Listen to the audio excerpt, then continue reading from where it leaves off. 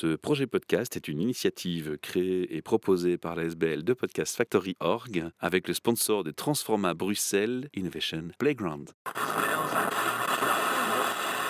You're listening to the Podcast Factory. Bienvenue au Salon Hope à Namur le 8 et le 9 octobre 2022. Nous sommes en partenariat avec le Salon Hope aujourd'hui pour mettre en avant les exposants.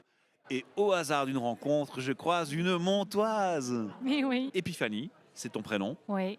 Je vais te laisser nous expliquer qui tu représentes. Je représente Écoute, la nature te parle. Ah, ça me parle. Donc il y a 2 ans, en fait, je pense que c'était juste avant la pandémie. J'étais dans mon jardin, j'ai un immense jardin. On est totalement déconnectés, quoi. Pourquoi on n'écoute pas Des podcasts. Comment on n'écoute pas comment la nature fonctionne, en fait. C'est si simple, en fait, et ce serait tellement mieux pour notre bien-être et le bien-être de la planète. Mais est-ce que c'est vrai qu'on n'écoute pas ? Parce que moi, je vous avoue que quand j'ai une difficulté dans la vie et que je ne sais pas faire un choix, je me dis, tiens, comment est-ce que ça fonctionne dans la nature ? Je m'inspire du système nature. Et Mère Nature me dit, tu ferais bien de prendre cette décision dans ce sens-là parce que c'est comme ça que la nature marche. Ah ben c'est ça. Voilà. C'est ça, en fait, que oui, vous c'est faites. ça, oui. J'ai deviné. Ouais, Waouh. c'est exactement ça. Comme quoi votre nom, il parle à fond. Oui, mais c'est cyclique, hein. On est un être cyclique et on a oublié cette cyclicité. Voilà. Oui, tout à fait. Ouais. Alors, comment est-ce qu'il est venu ce projet ? C'était un constat d'un besoin, vous l'avez dit dans le jardin. Un besoin, mais moi je suis dans la transition écologique depuis une dizaine d'années. Et D'accord. puis il y a eu l'avenue de ma Vous aviez fille. semé la petite graine de l'écologie il y a 10 ans et elle a poussé. Oui. Ben, il y a eu d'abord un premier voyage en Australie et puis j'étais complètement en décalage avec mon ancien job qui était de faire beaucoup de routes. J'avais l'impression de sponsoriser Total, quoi. Oui. Et sinon, c'était Ouais. plus possible. L'arrivée de ma fille il y a 6 ans et j'avais vraiment envie donc de reconnecter les gens à la nature parce que je voyais plein de gens autour de moi qui n'étaient pas bien, mais je me dis mais enfin, regarde un peu, écoute, voilà. Une question encore, c'est sur le nom.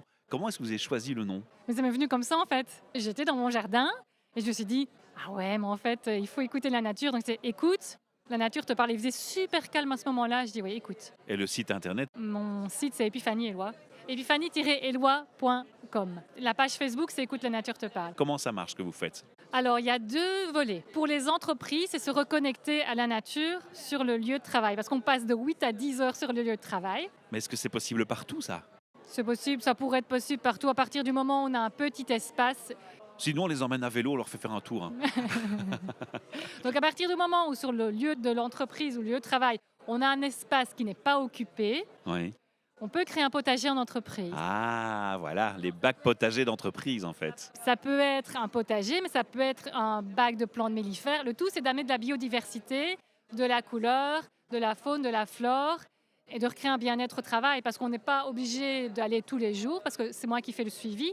Mais on peut aller se promener, on peut aller prendre une pause. Les clients qui viennent, on s'inscrit aussi dans une démarche écologique sans être du greenwashing.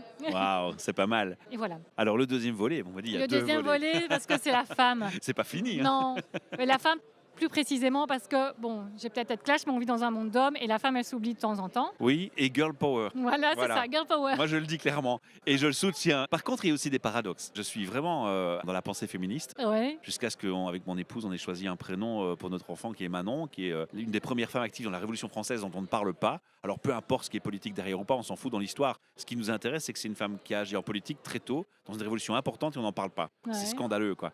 Mais parfois aussi, je suis surpris de voir des mamans encore avoir le réflexe de dire on est formaté dans le cerveau, hein. Oh, du rose pour les filles, du bleu pour les garçons. Ah, ouais. Et pourtant, ce sont parfois des dames qui ont des discours féministes, mais qui s'oublient par moments dans distraction, dans l'impulsion de l'achat, et qui vont aller choisir quelque chose qui est complètement cette démarche ancienne, quoi. Mais c'est pas évident de changer de chemin et de quitter les croyances. Et en fait, on s'oublie, c'est vraiment ça. Oui. On est dans un TGV qui va d'un point A à un point B et c'est tout.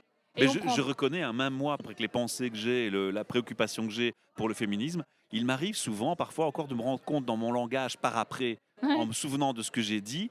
Mais merde, quoi, j'ai tenu des propos encore un peu archaïques sur c'est ça. le masculin-féminin. On est tellement formaté par le système scolaire. Est-ce que c'est pas l'école qu'il faudrait attaquer, en fait ? Si, mais même, c'est ce que je dis, la reconnexion au cycle féminin, elle devrait se faire dès l'adolescence. Il y a une première étape dans la femme qui est les premières règles, c'est super important de marquer ce passage-là. Il y a des, il y a des- il y a Ça, c'est des gros- tabou dans les il y a- écoles, Voilà, on il y en a des parle gros pas, hein. tabous.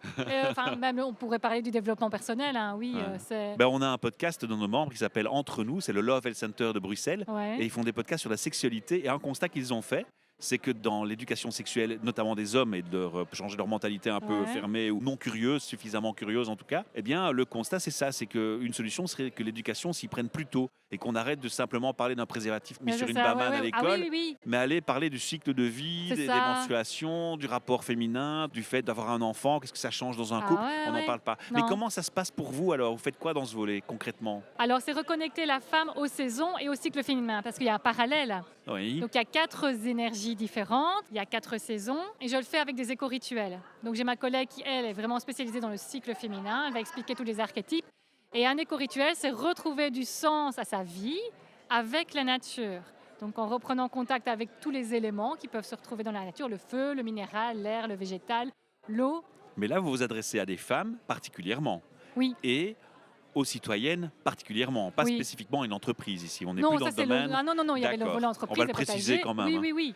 Ici, on est Ça vraiment l'empêche sur pas la- de venir vers vous. Hein. Elle Ah peut ouais, faire ouais, des non. groupes de collectifs féminins. Hein. Oui, c'est ça. Oui, ça peut être un team building parce que finalement, on a 4 énergies en nous et c'est important de les connaître, ces 4 énergies, parce que des fois, on a envie de tout envoyer péter et il y a des fois, on est super émotive ou on a plein de projets, on n'arrive pas à les réaliser. Enfin, on a 4 énergies et pour être plus tolérante envers les autres femmes et envers nous, c'est important de les découvrir. Et c'est ce qu'on fait lors de ces journées-là. Et un éco-rituel en même temps, ça va nous aider à célébrer quelque chose. Ça pourrait être célébrer une union, célébrer une naissance ou alors marquer un passage. Oui. Donc dans la femme, c'est marquer les premières règles, le fait d'être maman, une retraite, une ménopause. Et ces passages-là, on les marque plus en fait. Hein. Et comment vous faites vous pouvez nous donner un exemple de rituel? Un éco-rituel qui s'est fait avec une fille de 20 ans, c'était un éco-rituel de deuil. Hein. Donc elle avait perdu son compagnon il y a 1 an et le deuil était fait, mais elle avait besoin de marquer ça avec la nature. Et donc je l'ai emmenée dans les bois et à moi de repérer l'endroit. Donc l'intention c'était de repartir avec les énergies de l'Est, qui sont les énergies du renouveau. Parce qu'elle tournait en rond, elle était toujours, après 1 an, à garder les affaires de son ancien compagnon, la médaille, etc. Il était temps pour elle de renaître. Et donc j'ai trouvé un endroit dans les bois. Elle voulait travailler avec l'air. Donc j'ai trouvé cet endroit avec cet arbre mort. Donc on a travaillé avec l'arbre mort. Donc il y a d'abord un cercle sacré que je réalise en représentant les 4 éléments, qui sont le feu, l'eau, la terre et l'air. Donc ça doit se retrouver dans le cercle sacré. Et alors, on a travaillé autour de l'air, autour de symboliser ce qu'elle a vécu avec son ancien compagnon et transformer ses souvenirs en espoir, on va dire comme ça. Vous êtes accompagné par un professionnel dans ces cas-là? Ah, j'ai été formée par Marianne Grasselli. Donc Marianne Grasselli, c'est celle qui a mis au point les éco-rituels. Parce que dans l'exemple que vous donnez, on parle de psychologie, des phases Oui. d'acceptation de la Oui. mort. Oui, je suis coach aussi sur le côté. Il a fallu que je suive un Une cycle formation, de formation. voilà, Oui. Parce qu'on peut déstabiliser les gens, C'est les ça, fragiliser oui. sans vouloir. Oui. L'intention est bonne, Oui. mais le résultat, Il y a toujours un autre rendez-vous qui est le rendez-vous d'intégration, voir un peu comment la personne se sent après. Mais il a fallu, oui, que je suive une formation en coaching parce que sinon, c'était pas possible pour moi de faire face aux émotions des gens. Je Ouais. dis pas que je suis coach parce que c'est pas un volet que j'ai envie d'approfondir, mais c'est un outil qui me sert. oui, c'est pas seulement pour la personne qui est coachée, entre guillemets, mais c'est aussi pour vous protéger Ouais, c'est ça, psychologiquement. oui. C'est un peu comme l'empathie de Oui. l'infirmier qui doit à un moment mettre une distance parce que sinon il rentre tous les jours C'est déprimé ça, chez lui. oui, quoi. oui, il y a le transfert à fond. Oui, oui. Ah ouais, voilà, c'est ça. Est-ce qu'on a été complet sur la présentation de vos activités? Oui. Super. Oui. Est-ce que les gens, vous avez envie de leur donner un dernier message, un message d'espoir peut-être? Alors j'ai envie de leur dire que c'est tout simple de se reconnecter à la nature, même dans son jardin, s'asseoir sur un banc, s'asseoir au pied d'un arbre ou commencer par un petit bac. Voilà. Et de la graine à l'assiette. Ah ouais. Donc de la graine, voir un peu l'évolution de la graine et voir ce que ça va donner après. J'ai vu des articles sur vos stands. De quoi il s'agit rapidement? Il y a des cours de cuisine, donc reconnecter les gens à la nature, c'est vraiment de la graine à l'assiette. Donc D'où les petits Oui, oui. manuels de cuisine. en entreprise, on va planter des graines, on va faire des semis, mais l'idée c'est que les employés repartent avec ce qu'ils ont récolté et qu'ils se reconnectent aussi aux saisons. Waouh. Donc une tomate, chez nous, ce sera au mois d'août, ce ne sera pas en avril. Voilà. Ah, ça c'est important parce que les gens sont complètement déconnectés par Oui. rapport à ça à cause des grandes surfaces où ils achètent des trucs tout le temps disponibles et ils pigent plus les saisons. Ouais, Et c'est je crois ça. qu'il faut rééduquer les gens. Oui, c'est ça. Allez, on garde l'espoir. Vous m'avez donné Ouais. une touche d'espoir aujourd'hui, ça me fait plaisir de vous avoir entendu. Je suis content d'avoir partagé ça avec nos auditeurs et on espère qu'il y aura beaucoup de retours et qu'ils viendront vous voir. Oui. On vous invite les gars, vous nous entendez, et venez au salon au Panamur, c'est à l'Arsenal et venez voir Epiphanie. Voilà. Oui, je vous attends. À bientôt. Merci, Merci. Epiphanie. Ciao, ciao.